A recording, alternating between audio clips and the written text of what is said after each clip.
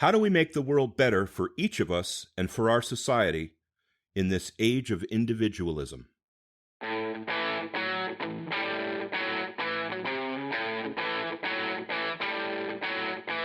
Welcome to the Hub for Important Ideas. I'm Steve James. And I'm Ken Swain. In this episode, we explore further the dual theme of humility and gratitude that we began in September. This is an important area for us to explore. It not only addresses our societal concerns, but it also seems most appropriate in this holiday season. Well, that's true, Steve. We're going to play for you an interview we conducted recently with Dr. Dan Liechty. Dan Liechty, Ph.D., is also a doctor of ministry and is a professor of social work at Illinois State University, where he teaches human behavior. He is trained in academic religious studies, mental health work, and pastoral counseling, and is a licensed clinical social worker. He's the world's foremost authority on the work of Ernest Becker and is author or editor of 9 books, including The Ernest Becker Reader, Transference and Transcendence, Death and Denial, and Reflecting on Faith in a Post-Christian Time. He's also an avid amateur folk singer. Here's the interview with Dr. Liechty. Dan Liechty, welcome to the Hub. Thank you for being here. Yes, it's nice to be here. Good to see you guys again. Thank you. Thanks, Dan. Good to see you too. So, Dan, before we do anything else, you're the world's foremost authority on Ernest Becker. Would you please review the basic ideas and concepts of Ernest Becker? Just briefly. Yes. The thing that I noticed in Becker's writings, the thread that runs completely through, I guess you could say, is this idea of what he called expanded transference. Now, he didn't call it that until later on, but that's what he was talking about. This idea that we feel a sense of inadequacy, a sense of guilt, a sense of somehow that we don't quite measure up in ourselves. And so what we do is we project perfection and strength and ability and wholeness and purity and all these other things onto external objects, usually people, but can also be things. I mean, people make a transference object of their cars or, their whatever. A lot of us make transference objects out of our professional identity.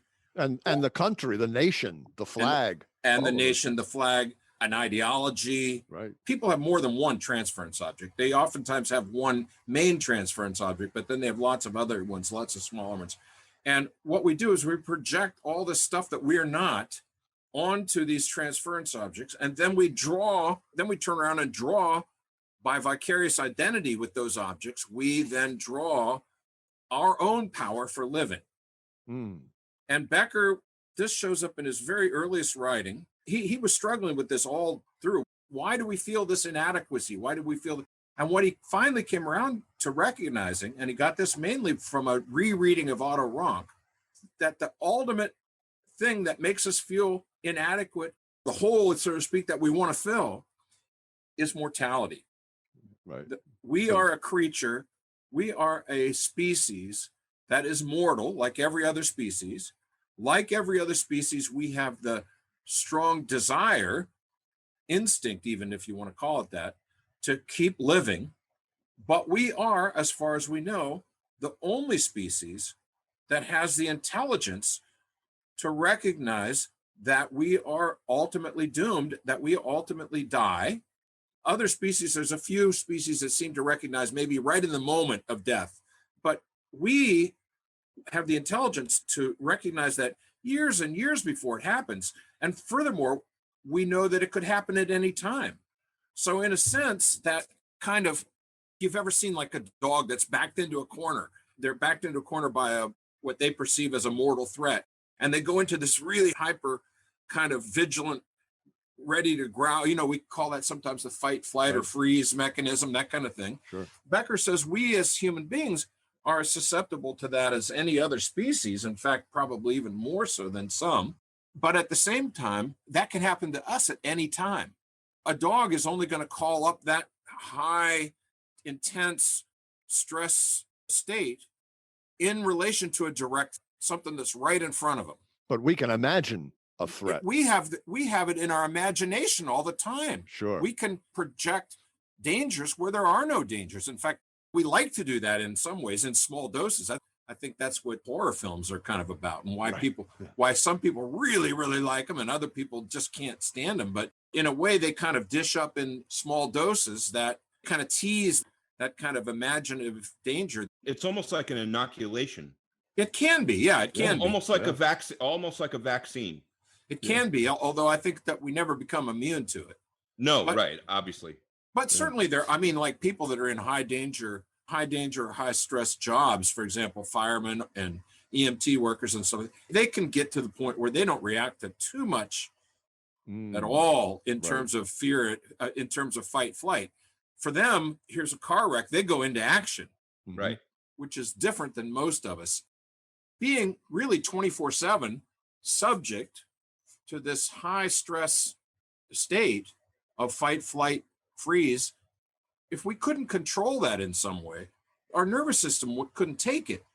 We'd have heart attack, we'd die of a heart attack. So the only thing that makes the human species a viable species is that alongside of the development of this high intelligence that we have that allow us to project into the future and see ourselves in the third person and do all the things necessary to recognize our mortality, along with the development of that, there had to be simultaneously the development of another kind of mental mechanism, psychological mechanism, and that is the ability to take what you know to be true and just shove it out of your consciousness. Repression. Repression. And that is the basis probably of what Freud understood as the building of the subconscious. I mean, there are other species that do things unconsciously, obviously. I mean, a tree animal doesn't think, okay, now put this arm out and grab this limb and then swing. They do things unconsciously, Right. but they don't have what we would call a dynamic unconscious. Just as there's something unique about the human intelligence, you could say that it goes beyond quantitatively, but it goes so far beyond quantitatively that it becomes qualitatively different. And the same goes, I think, for what we call the unconscious mind in human beings. We share all of the non-conscious behavior that other species do. I mean, you can learn to train it. That's what typing is about. I mean, you learn to train your non-conscious mind to do what you want it to do. But we also have this dynamic unconscious, which is so quantitatively different from other species that we really have to think of it as qualitatively different. And as far as we know, we're the only species that has that. How does this relate then to death anxiety? We as individuals, and then we as a society, as a group, Right. how do we deal with death anxiety?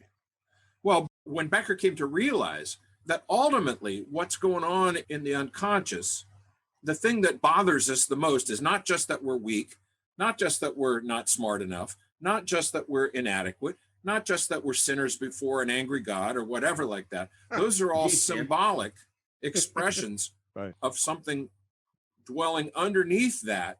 And that is this recognition of our mortality and the need to keep that recognition, which all of us can understand. I mean, you can bring it into your conscious mind, and it's very simple. All men are mortal. Dan is a man, therefore Dan is mortal. I mean, the syllogism is quite simple, but most of the time we have to keep that pretty much out of consciousness, put it off somewhere.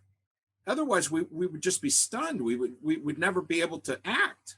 I mean, if I think of the possible dangers of just walking out of my office and going and getting in my car and driving away, not even to mention once I get on the road with my car, when I think of all the things that could happen to me, realistically, that happen to all kinds of other people, you fall down the steps, you do whatever, or even just your own body, just the heart gives out and that's it. I mean, like your dentist. Like your dentist who Yes. goes to sleep, 55 years old, doesn't wake up, no warning. Yeah, and as far as I know, they don't know why. I mean, they know that he had a heart attack, but they don't know why. There were no signals in his labs or anything like that that would indicate it. But your anyway, number is up. right, when your number's up. So, but the point is that even if we could just say when the number's up, that already is something that would at least allow us to distance ourselves from it. But accidents happen to people whose numbers aren't up. At least there's no reason to think they are. Right. And you just be cowering in a corner all the time, afraid to act at all. In order to act, in order to have forward movement in life, in order to keep going, You have to maintain a sense of self-esteem. You're doing okay. And you have to keep this death anxiety, death awareness, I guess we could say, out of conscious mind most of the time. Now, sometimes things happen. You know, you walk out on the street and the other guy is the one that gets hit by the bus. Well, you stand there shaking, Right. because that just brings that reality that could have been you. Oh, yeah. Right to the front. And so little by little, you have to kind of push it back under again. And so we have ways of doing that. When you wake up in the middle of the night and you've just had a terrible nightmare, which is essentially that thing of bringing mortality awareness to the center of your dream, usually, then you lay there and you have things you do to calm yourself down. This was just a dream. It didn't really happen. It's not a forewarning. And so you have these things you do. Well, that's what we all do. We have these things that we do to calm ourselves down and to help push that immediate immobilizing anxiety under. And you mentioned self-esteem, and that was a major theme in Right. Becker's work. Right, because Becker said that we do this individually, but we also do it collectively. Right. And he said that's essentially what culture is. Essentially, we build culture to tell us that human life has meaning. This pageant that we're carrying on here and has meaning, that it's pleasing to God or some other kind of transcendent realm, that we're doing what we do, especially if we do it correctly, according to the rules and all that kind of stuff. And that by acting according to the rules of your culture, you can assure yourself that you're a meaningful participant, meaningful actor, if it's the word Becker used. He liked to talk in terms of staging and acting and all that, because that was kind of I wouldn't say the fad, but that was kind of the school of sociology that he worked out of, the Irving Goffman and all that kind of stuff, all those guys, that you're a meaningful actor in a meaningful production that ultimately appeals to the transcendent realm for its justification. A side observation of that is that all cultures are essentially religious. Even an officially atheistic culture, a culture based on the idea that there is no God, still has to appeal to something beyond for its own justification. Like the old Soviet Union had its revolution. Bringing in the liberation of the working class, right, and all this kind of stuff. Sacred. That was sacred to them. Which ironically, at the same time that's going on, there's this actually sort of a repressed and underground religious movement that was totally, and suppressed. And then when the communists fell, this thing just sprung out, and in a way, that's kind of how, on a very large scale, that's sort of the way you might picture Becker's idea of the individual unconscious, that we have all this stuff stuffed under there, and we're living our lives thinking we're in charge, we know what's going on. And as soon as something happens, like the guy next to you gets hit by a bus, this anxiety comes flooding out, and stuff you thought you dealt with long ago is right there front and center again.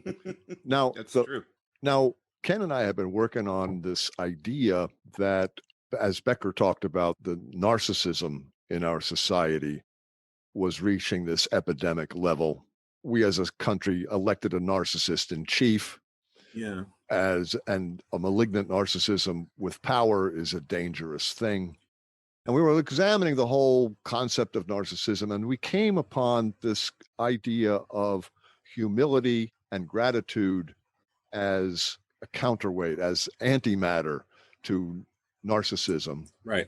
And we started looking at that too in terms of some terror management theory work that had been done in both humility and gratitude, separate concepts.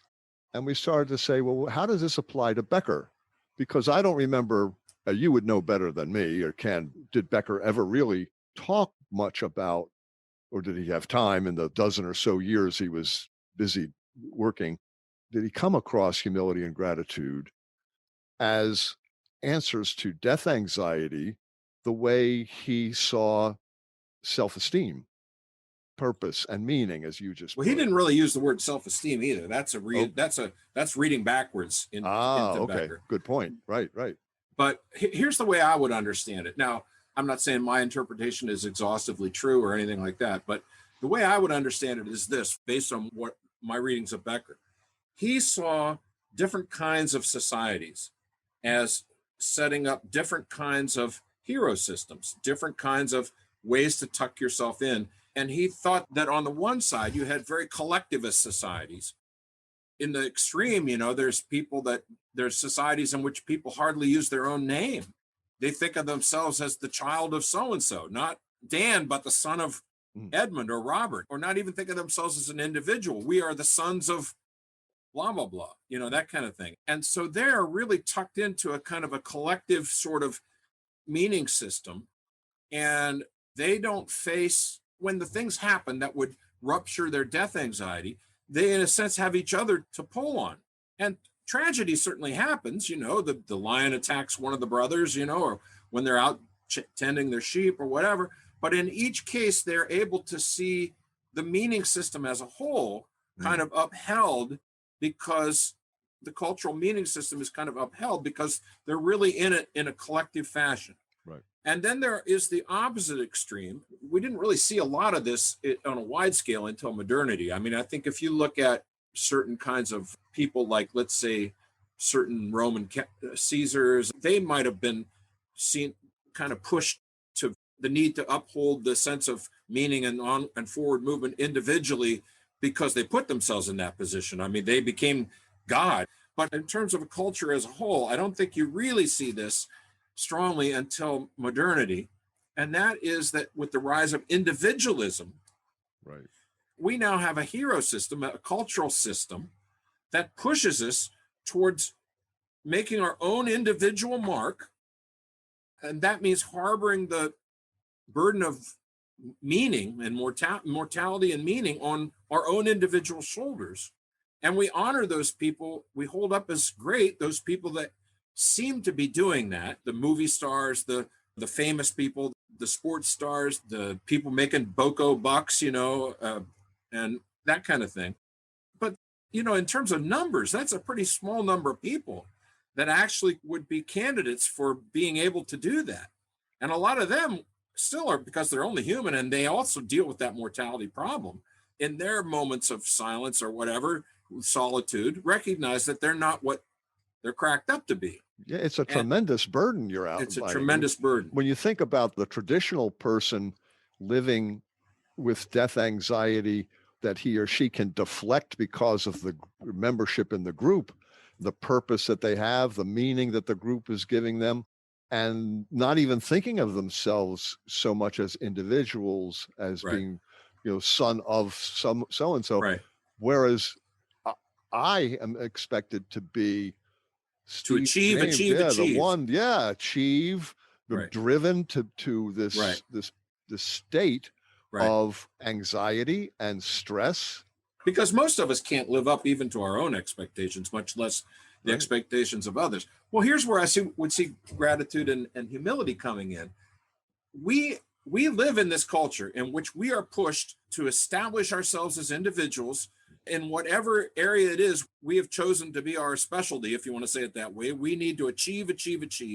And there's always someone doing better than you are.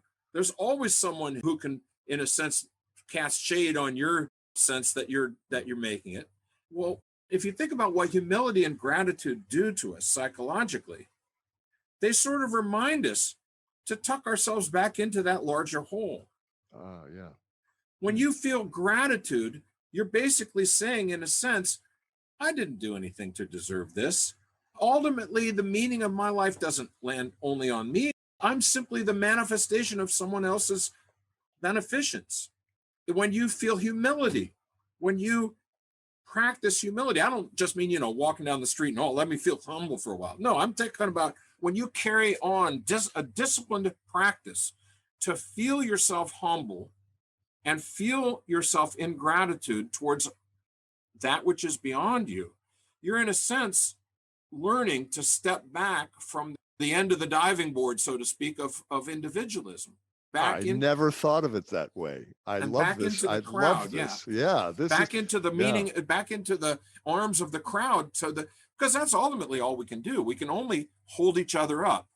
Right. I like the artist that said we should all be famous for 15 minutes. Yeah. Andy Warhol. Yeah. Warhol. I like that. I mean, that's kind of flippant, but I like the idea that we form communities in which we, on a rotating basis, support each other in how good a person you are and how glad we are to have you among us. And that's the power of Facebook and those other Well, it Instagram. can be, but Yeah. Facebook also gets people to think they need to stand out even more. Right. All these things could be really good, but especially it's because of the commercialism and all that, the tendency is to push us even further in the opposite direction.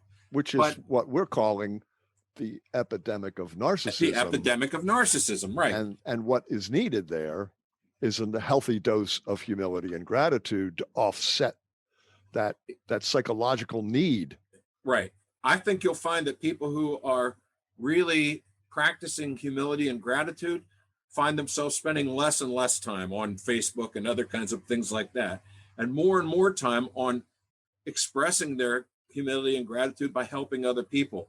So the point is, in our culture, we have the threads for a more collective, more communal way of keeping our self-esteem alive and so forth. We have those threads, but there are even stronger elements in the culture that push us to not employ those threads, but rather to employ the threads of making your mark individually and so forth.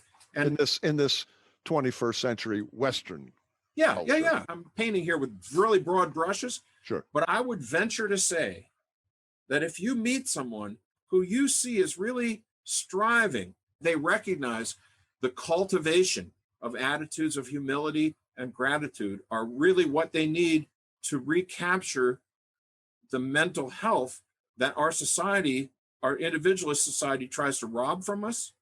You're going to find many, I would say most of the time, but much of the time, those people are people that are immersing themselves in ideas from other cultures, in ideas from our own culture, but from hundreds of years ago, when we weren't quite so pushed to individualism. Those are people that recognize the wisdom of the ancients rather than only seeing anything before, 2014 as outdated, that kind of thing. What we had talked about when we were first developing this approach, we talked about humility and gratitude being part of ancient religious traditions. Like I'm a cultural Catholic, and humility and gratitude are central to the Catholic cultural faith. From day one, every Ash Wednesday, remember, man, that thou art dust, and unto dust thou shalt return. They put that mark on your forehead. Right. What about your tradition, Ken? Your Protestant tradition? Was humility and gratitude part of your upbringing? Completely. You were giving thanks for everything all the time. Right. We said grace before meals and held hands. Right. In a circle. Right. And now I lay me down to sleep. I pray the Lord my soul to keep if I should die creepy. before. Yeah, well, that's creepy. You're 6 years old talking about you should die before you wake. But Dan, how does humility and gratitude fit into the whole religious tradition? Well, for the most part, when I say people who are consciously trying to cultivate within themselves a growing sense of humility and gratitude, those are going to be people that find it quite natural to be immersing themselves in ideas and writings and practices that come down from the ancients. That's what we're talking about. We're talking about religious practices. And again, religion and belief has tended to, I think, maybe overly emphasize that your religion is based on your beliefs that you can enumerate. Here's this doctrine, and this doctrine. And what I'm talking about much more is the lived religion, the lived tradition than the doctrinal tradition. I think that it's very possible to have no belief in things that we think of as religious in our society, but still be immersing yourself in the practices and so forth of the ancients. I mean, so many people that say, I'm not religious, but they're still practicing meditation and they're still practicing, now, of course, any kind of practice can become a kind of a transference object in itself. I don't just practice meditation. I meditate longer than anyone else around here, that kind of thing. Sure. But so anything like that can become an ego feeding kind of mechanism. And of course, it can end up being either stagnating or counterproductive. But humility and gratitude in particular, those feelings, in my my memory as a child growing up have to do with your place in the universe, your relationship to God, To that which is beyond yourself. Yes. beyond yourself. Right. My Baltimore Catechism that I learned in first grade, the very first question, who made us? Answer, God made us. Which Why is did- another way of saying you didn't make yourself. You didn't make yourself. You are not did- a self-made man. like Donald Trump. Why did God make us? God made us to know, love, and serve him in this life and to be happy with him in the next. So right away, you're told you were created, number one, and the reason you were created was to know, love, and serve God. Yeah, through knowing, loving, and serving other people. And then, of course, there's a whole tradition of, well, you're not even number two in the food chain because the angels are ahead of you.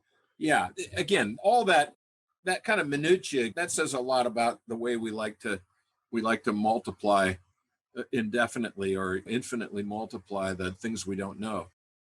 But, you say, what's your purpose to do this? Well, another way of saying that is, and what's your reason for being? What is it that gives your life meaning? What is it that when you feel those times of fear and, those times when you all of a sudden are confronted with your mortality and it springs into your consciousness and you sit there shaking, what is it that really can assure you that no, your life is valuable, your life is meaningful, and what you need to do is live it out? Well, that's the whole thing about know and love and serve God through knowing, loving, and serving other people, I think. I mean, there's no other way to do it. Right. Okay. Yeah. Well, you could become a monk and live alone, just praying. You mean like a hermit monk? Hermit monk, yeah. But even if you talk to hermit monks, I mean, I spent a long weekend one time in a Cistercian monastery, and it was a silent monastery, but they had one person he'd been there, I don't know, 40 years, or he literally turned down a 4-year football scholarship to Notre Dame to go into the monastery. And for 40 years, he never spoke except when they'd have the one-on-one with his superior. That was the only time he spoke in 40 years. Well, now they kind of put him in charge of the visitors, if you want to say it that way, the people that come there to do retreats.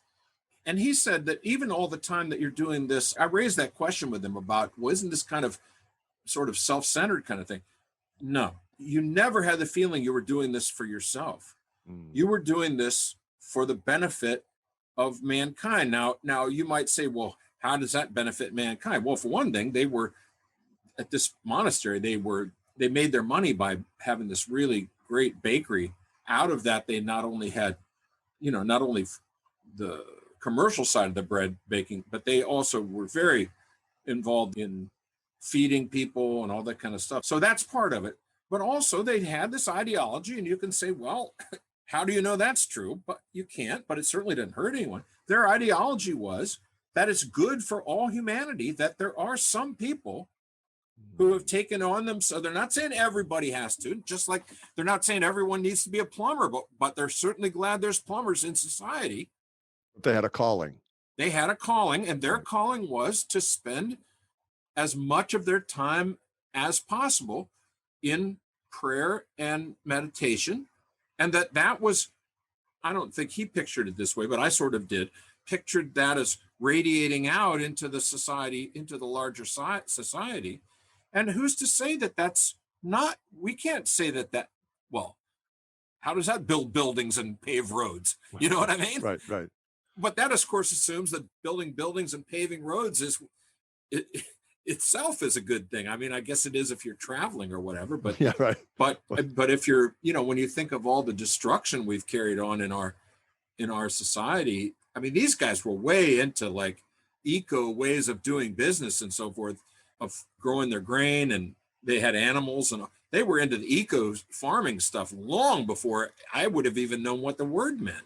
But when you look at what you were saying about our 21st century Western society, where we are our own kings, we are our own pharaohs, and we're expected to achieve in our own lifetime. And yet we look at humility and gratitude in these ancient traditions, and we say it has a place in human cultures. What is its place in our attitudes toward our place in the world? Well, Crazy. humility and gratitude are actually quite foreign to at least the individualistic strands of our cultural ideology. They're really rather foreign to that.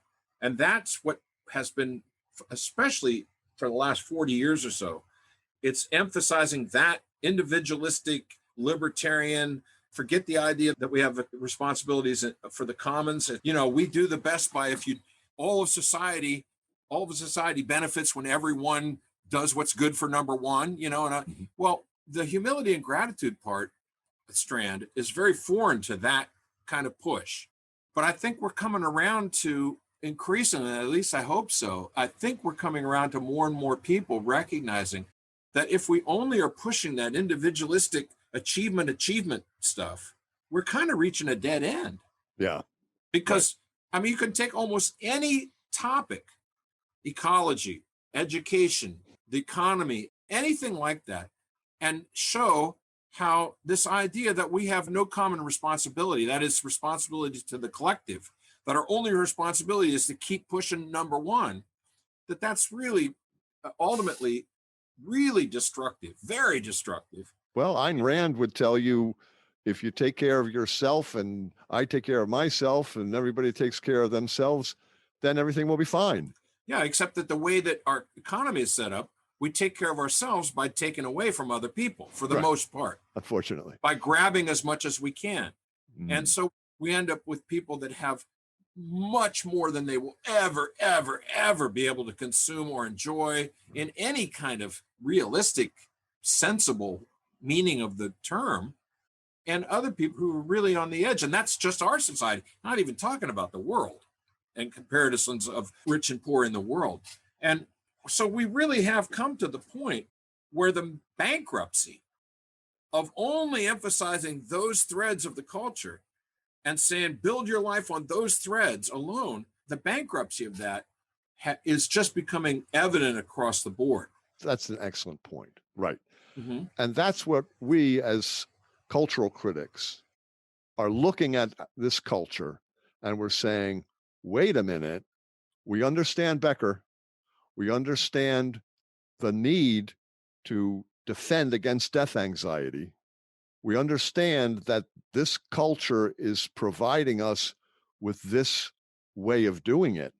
But first of all, it's not a wonderful way of doing it. And secondly, it's destructive on so many levels, destructive to the environment as a major one, but also destructive to the fabric of the society that we've pieced together.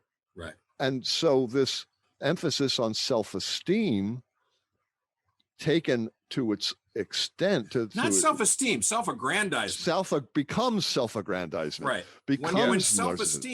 When self-esteem inches over into self-aggrandizement, that the only way you can maintain self-esteem is through constant aggrandizing of yourself, of the self, then that becomes destructive. Yeah. Self-esteem, when we're all in this, when we recognize we're all in this together, we lock arms, and shoulders and hold each other up and all that, that's self-esteem maintenance as well. Right.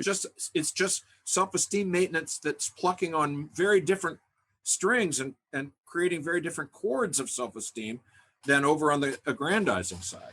But I guess the question then is, so we're talking about humility and gratitude, can humility and gratitude be an adequate defense against death anxiety? And as you say, it's in some ways foreign to our modern culture, although it's baked into our history, the Western culture going back 1,000 years or so. But is it an adequate defense the way self-esteem has been? It's not foreign to our culture. It's foreign to that side of our culture that pushes us towards individualism. Right. But we have another side of our culture too. And so when you recognize that way overemphasis on that side that pushes you towards personal achievement, personal aggrandizement, personal individualism has hit a wall, then the only thing you can do is come back and say, well, okay, what else is there? Well, now then you're able to see there's this whole other side of things that goes way back hundreds of years, thousands of years into the more collectivist, where we see ourselves less as such an isolated individual and much more as part of a larger whole. And then the question is, well, how do we get from there to here? And I see cultivation, and that means conscious practicing in whatever way you do it, conscious practicing that build up your sense of humility and gratitude as the mechanism, as the steps by which we can get from there back to here. One of our listeners brought that up, and he wrote me some very interesting, detailed stuff. And at the end of it, he was saying, so how do you get to this humility and gratitude? And you're saying you have to practice it. Yeah. It's you don't get to it. It is the way. Humility and gratitude are not the goal. They're the way toward the goal. The goal is just being able to live a good life, and a life in which we feel that we would want to live it over and over again. Right. It's not the goal, it's the way. So, okay, that's an excellent way of looking at the broad picture of our society. How about, I brought up the Trump word, the political situation that we find ourselves in. Mm-hmm. What would be the significance of humility and gratitude in our current political situation? How does that relate to these entrenched belief systems, that ideologies that are at war with each other? It's hard to say exactly, but I read a lot of the Christian nationalist kind of stuff, and I read a lot, I listen to a lot of right-wing talk radio, and I read a lot of the blogs online. I take part in discussion groups on blogs that are 100% or on websites that are 100% contrary to my own politics and point of view, because I want to know how these people think. Sure. And what I find coming up more and more is not that these people themselves are pushed towards this individualistic achievement. They choose leaders who they can get that sense from vicarious identification with those leaders. Nobody in the discussion groups that I take part in, these right-wing discussion groups, think they're going to be a billionaire. I mean, sometimes they'll say, who knows, something like that. But none of them really think they're going to be a billionaire. But they get a vicarious sense of, I don't know if self-esteem is the right word, but they Power. get a charge. They get a participation. They get a charge out of the idea that they're in the ranks of someone who is expressing this totally. Well, and how do you view the other side? How do you view people like me? And almost invariably, the first thing they say is, you're people who don't respect us. You're people who think we're nothing but shit. You think that we're nothing but, what was Hillary's word? Dregs? No. Deplorables. Deplorables. Yeah. That hurts so bad. And I think maybe long before we think in terms of electing this person or this program or whatever, or maybe not before, but at least along with, we have to let other people know that you are fellow citizens, you participate in the culture we do. We are, in very real sense, indebted to each other. I mean, have you ever really looked at someone who's a real right-wing person and try to cultivate in your mind how the ways in which you're indebted to that person? Yeah. It's really difficult. Sure. And that's really, when we're talking about practices, we're not just talking about isolated meditation when you get up in the morning. We're talking about real kinds of practices that are very, very hard and take a lot of self-discipline. One of which would be to look at someone who you just can't stand and try to think of the ways in which, and meditate on the ways in which you are indebted to that person and the things that person can teach you. And, or you admire in that person. Or you admire in that person. Yeah. All those things. Those are the kind of practices that I'm talking about. And as a culture, we've become so polarized that it's really hard for us to do that. But I think ultimately, even more important than getting this person elected or that person elected, is that we have to come back to that ability to at least see ourselves as fellow citizens engaged in a mutual project that the outcome of which affects all of us. And how about in this pandemic, which is arguably the most important thing that we're facing right now as a species, because this is not the one and only. We're going to see more of these pandemics as we continue to encroach. Oh yeah, probably worse than this one. Yeah, we could see some really, really, I mean, this one is mild compared to what it could be. Right. How does humility and gratitude play into this how we respond to the pandemic? Well, I mean, the first step is recognizing that we all have mutual responsibilities to each other. And that if we have mutual responsibilities to each other, that means that my actions need to be affected by how I affect you. My actions need to be guided, contoured by how my actions impact on you.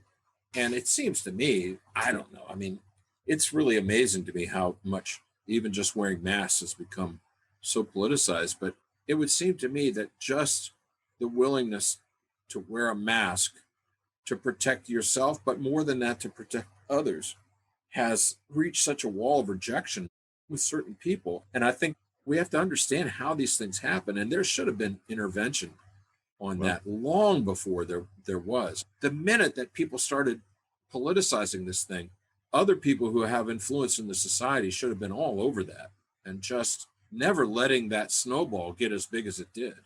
I'm getting lost in Dan's ideology, and I'm just I'm more like a listener. I'm more like a listener to this podcast than I am a host of it. Yeah. Because your introduction, like when we say summarize the ideas of Ernest Becker, most people start with his last 4 books. Right. And you kind of tack those on at the end. Well, they are the culmination. Yeah. Okay. But a lot of people, you know, Becker even said this in the introduction to Denial of Death. He said it in a way, he called it his first mature work. Yes. Which a lot of people will look at and say, oh, well, that means all the earliest stuff is not. And they start right with the, you know, well, why should I read all the earlier stuff? Let's look at the mature work.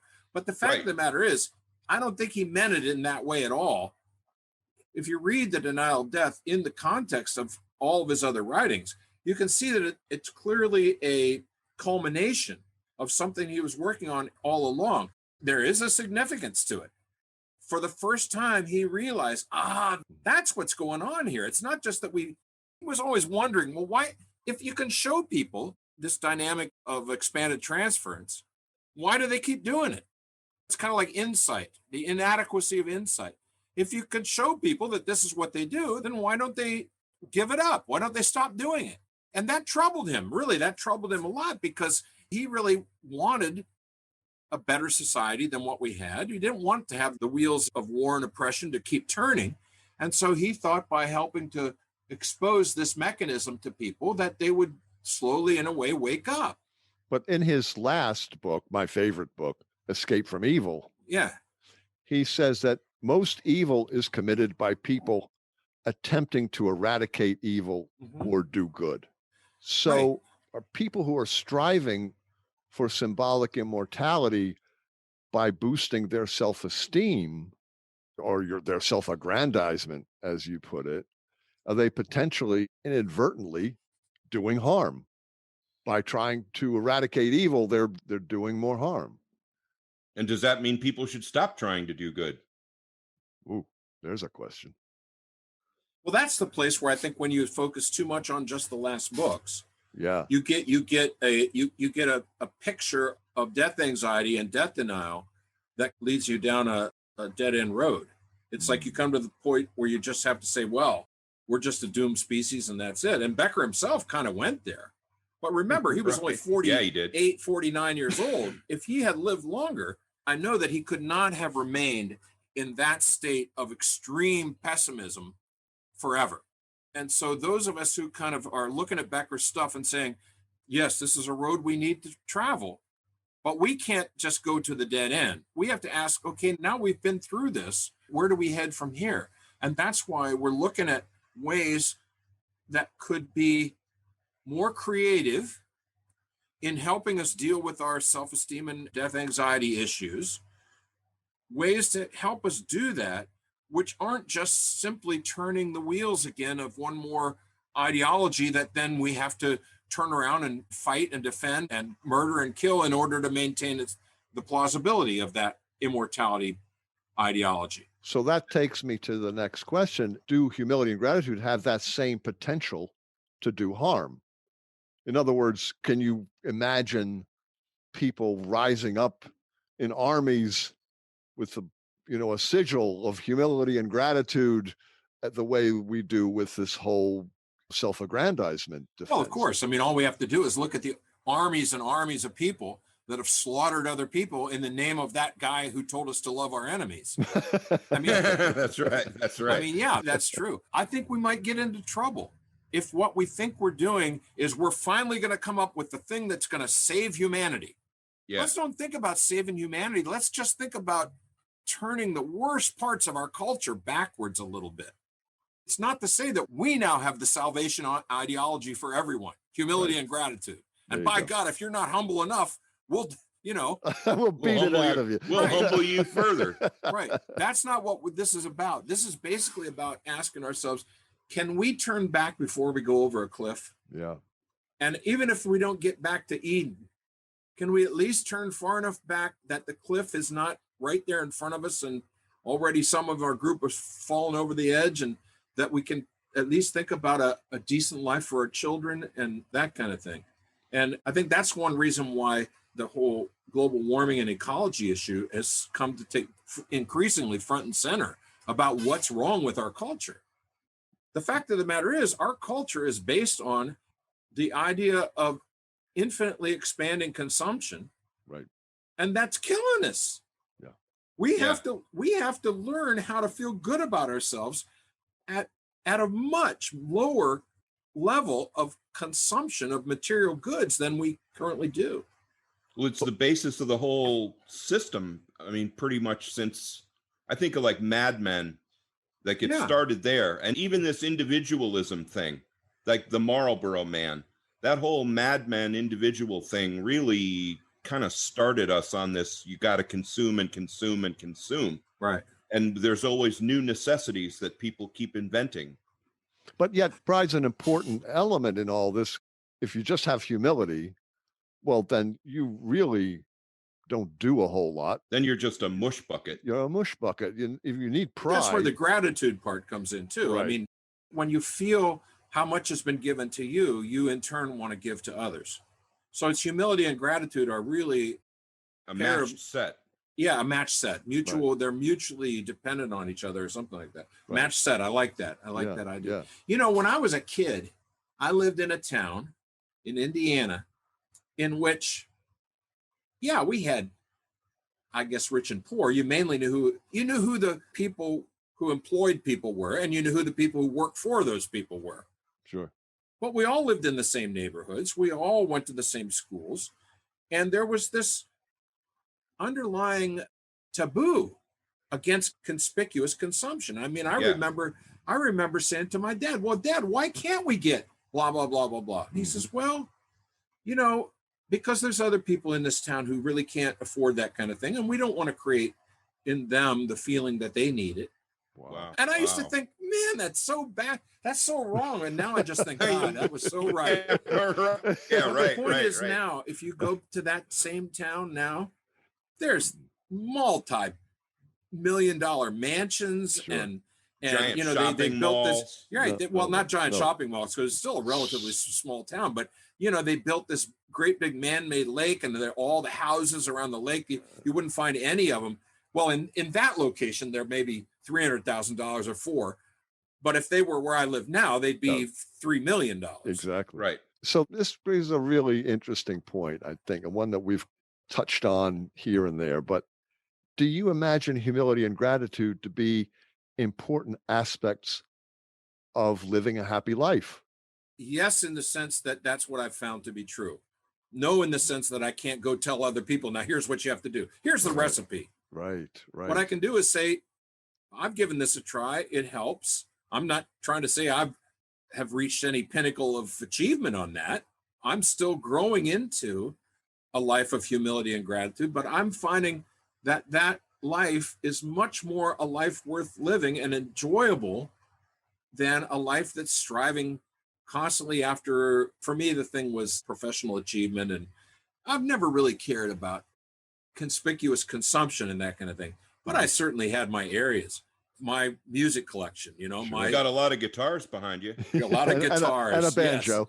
Yes. All that kind of stuff. I mean, I've had my areas too, where and I kind of recognize that, and I laugh at them. But one thing I do strive to do is try to examine when I recognize, that's an area where my acquisitiveness or whatever comes out. I try to examine that and at least try to see, is it hurting anyone else? Is it, Yeah.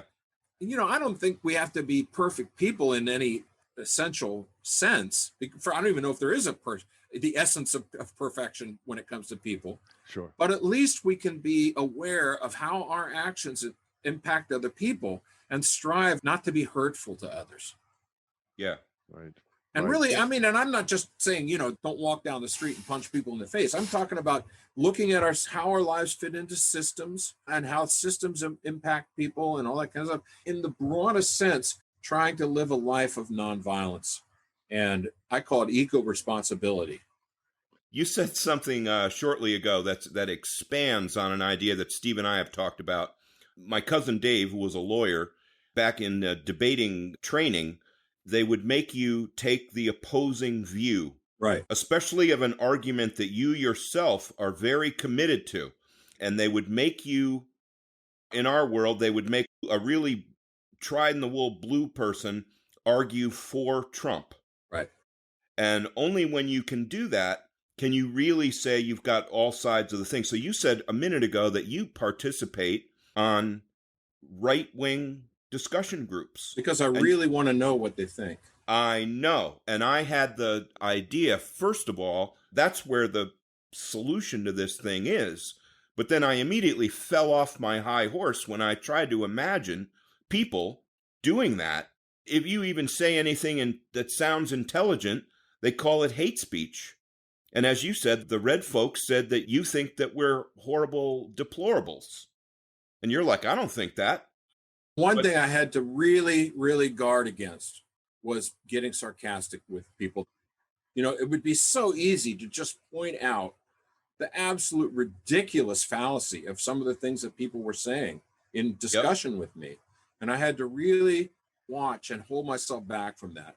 Because especially when they're being sarcastic to you. What I had to realize is when I get sarcastic and therefore make the point, I've lost. Yeah. I haven't won. I've lost. Yes, it was good that you put your finger out like that. That's when the finger comes out, right? You're in a retreat mode, right? Yeah. And only once, I think I did this pretty solidly for about 2.5 years. I kind of stopped after a while. I guess I started realizing how much time I was putting into this. Yeah, I could tell. And in the end, I had other projects going, and I kind of stopped doing it. But I was on this website called The Mad Patriot, and I basically introduced myself and said, I'm a patriot and I'm mad. Therefore, I have a place on this. Now, here's what I'm mad about. And let's start talking. Let's see if we can find common ground. And I had to be very careful about sarcasm, not to use it. I mean, more than once, I found myself jumping in with sarcasm and had to not hit send and erase, even though it hurt, because, boy, some of those barbs were Some of those were really good ones. Yeah. Real zingers. And the other thing was to write in anger. And I'd also, I said, I'm not going to use any profanities, and I would appreciate it if you didn't use profanities with me, but of course you can do what you want to do, but I won't use any profanities. Only one time did I slip up on that I remember, not with profanities. And maybe you could say this as a slip up or not, but one guy made a pretty serious threat to me, bodily injury. Wow. I simply told him, which was true, that it was not hard to Google his name, and I know who he is, and I know where he lives, and this whole discussion is now been put over into a file, which if anything happens to me or any of my family, it's going to go to the police. And he dropped that. Now, I feel bad because he dropped out of the discussion then, at least under that handle that he was using. Yeah, but there's only one way to deal with a bully. That's the way. And my sense is that he's not really a bully. My sense is actually, just from looking from the information on him that I could find from Googling, my sense is that he's one of these guys sitting in his mother's basement somewhere, not really a bully, but he said he has access to high-powered weapons. Well, I don't doubt that he does, because every American does if they want to. Right. So that was one thing that was, I would say, was a little, I had to use I don't want to say a trump card, but I had to use a heavy hand there to let him know that he's threatening violence. I'm not threatening violence back at him myself, but I am very willing to use the violence of the state if he carries through with the violence he's threatening. So And Well, you just gotta, that's kind of not living nonviolently anymore. But it was what I felt I needed to do at that time. Dan, thank you for an excellent conversation. This has been absolutely. this has been a delight, and we really, really appreciate your joining us. And we're looking forward to another podcast with you. Well, and one thing I want you guys to know, I know where you live. And if you make me look like a fool, by gosh. You're going to hear about it. You're going to hear about it. We'll get hit with a banjo. Yeah, right. It really hurt. Dan, thank you so much. Thank you. Great thank to have you. All right. It's been great. You've been listening to an interview with Dan Liechty on the importance of humility and gratitude in 21st century America. So, Mr. Ken, what's your takeaway? Well, Steve, the first thing I have to say is that this interview with Dan really humbled me. Yeah, me too. You know, I like to think I understand. I think we both like to think we understand Ernest Becker pretty well. Right. And it's been our habit, since we're fortunate enough to talk to all these Ernest Becker scholars, that we always start by asking them to give us a brief introduction to the works, or brief summation of the works of Ernest Becker. Yeah. Because you get a lot of different perspectives on it, and you sort of get a close approximation to what the reality is. Yeah. Well, we did that with Dan this time, and it was just, you and I are used to hearing kind of the same information being told in a different way. Right. When Dan started talking at the beginning of this interview, I wasn't sure that maybe he was answering a different question, because it didn't include any of the stuff that we normally hear. And like I just said, Dan knows Becker probably better than any living person. Yeah. So his understanding goes back to the really early writings that most people don't. His real fame came with his final books, Birth and Death of Meaning, Denial of Death, and Escape from Evil, and that's where most people start talking about him. When he won the Pulitzer Prize, you kind of start there. Right. Might as well start here. Right. The other stuff is all prelude, but not so with Dr. Liechty. So he jumps in. The first thing he starts talking about is expanded transference. And that's where I kind of did a double take, and I never really caught up. I was listening to the interview, forgetting that I have a responsibility to be co-hosting and conducting the interview. So that's about the highest compliment I could pay to Dr. Liechty for the guy has got so much in his head, I don't even know where to start. Yeah. So he draws a line through Becker's early work and takes it to the progression of thought over his 12 years of writing. And then Dan applies it to our subject at hand, humility and gratitude. That's right. He notes that our ancient ancestors dealt with their own mortality, the purpose and meaning of their lives, collectively. They were never alone in their defense against death anxiety, which is something that we all struggle with in the modern world. For the ancients, the tribe or group shared that load.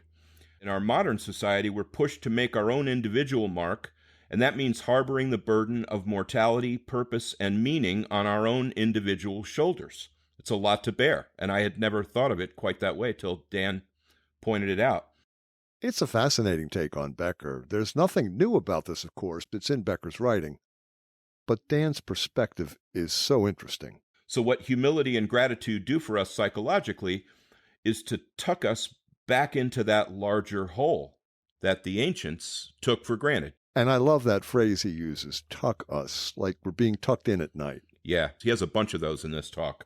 Things that just kind of ground you to what he's saying, and you almost find yourself going back to thoughts from childhood and adolescence almost. Well, I think his approach is brilliant.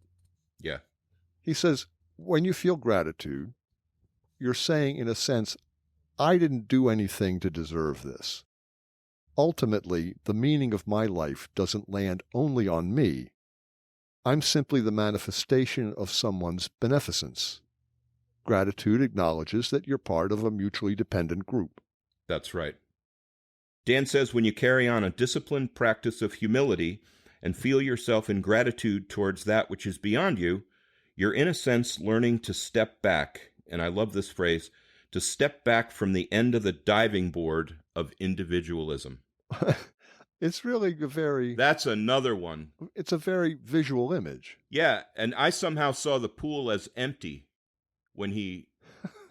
No, I really did. I really did. I It's mean, scary when you're enough out there with all by water in the yourself, pool. I mean, you're flying solo, man. You're working without a net.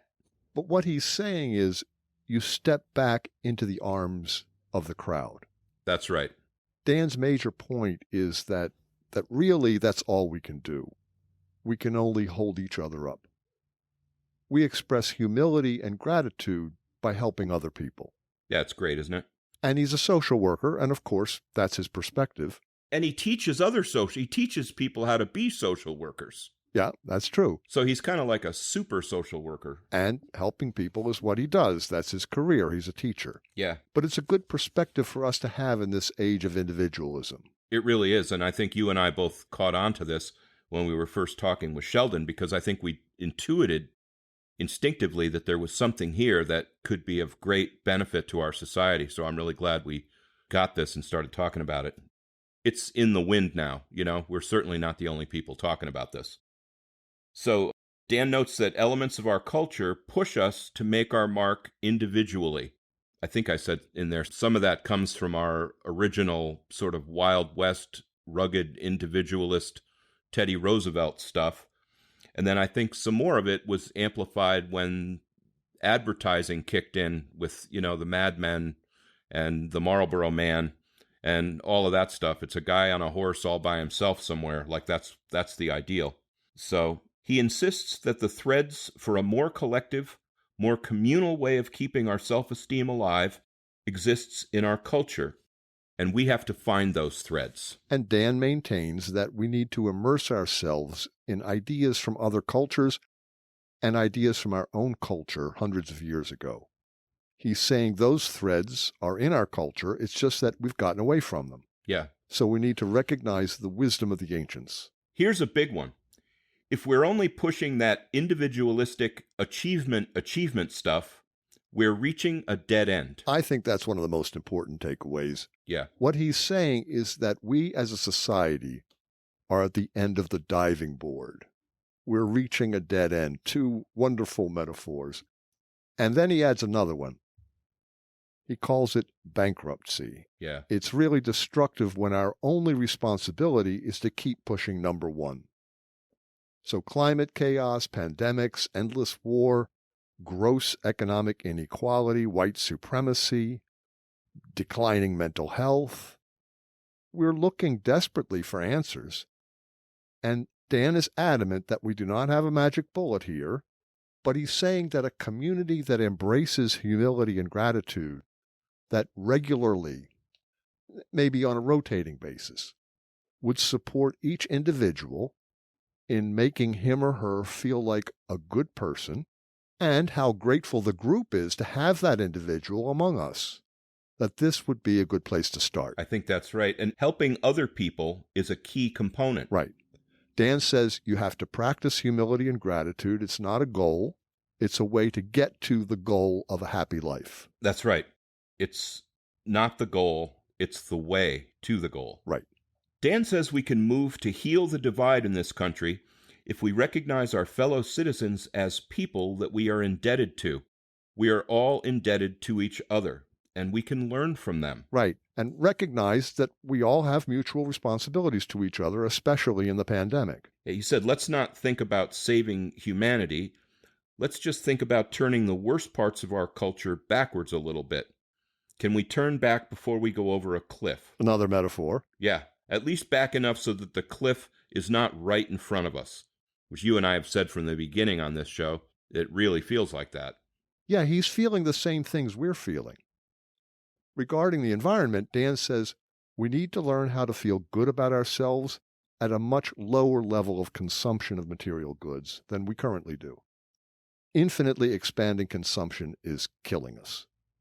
So when you look at conspicuous consumption, it's the opposite of humility. Yeah, sure it is. Why do you need a McMansion when there's only 3 people in your family? What, you need 5,000 square feet? It's ridiculous. Well, it's mostly from the street. The value of that house is, look what represents me. He's saying this endlessly expanding consumption is killing us. Yep. Dan found it to be true that humility and gratitude, What you call the match set. yeah, Dan liked that. I like to say something that he thinks is intelligent. Dan said he found it to be true that they are important to living a happy life, but it's not a recipe. It's a way to a life worth living and more enjoyable. One that doesn't hurt anyone else and is eco-responsible. A good idea. Important ideas. These are important ideas, Steve. We got a lot this time. So, folks, join us next time. Like us on Facebook. We are grateful for your encouragement. Please recommend us to your friends. You can find us at www.thehubforimportantideas.com. And support us on Patreon at www.patreon.com/thehubimportantideas. We are 100% listener supported. We are most grateful for your support. Thank you for listening to The Hub for Important Ideas. I'm Steve James. And I'm Ken Swain. Stay safe, everybody. Stay well.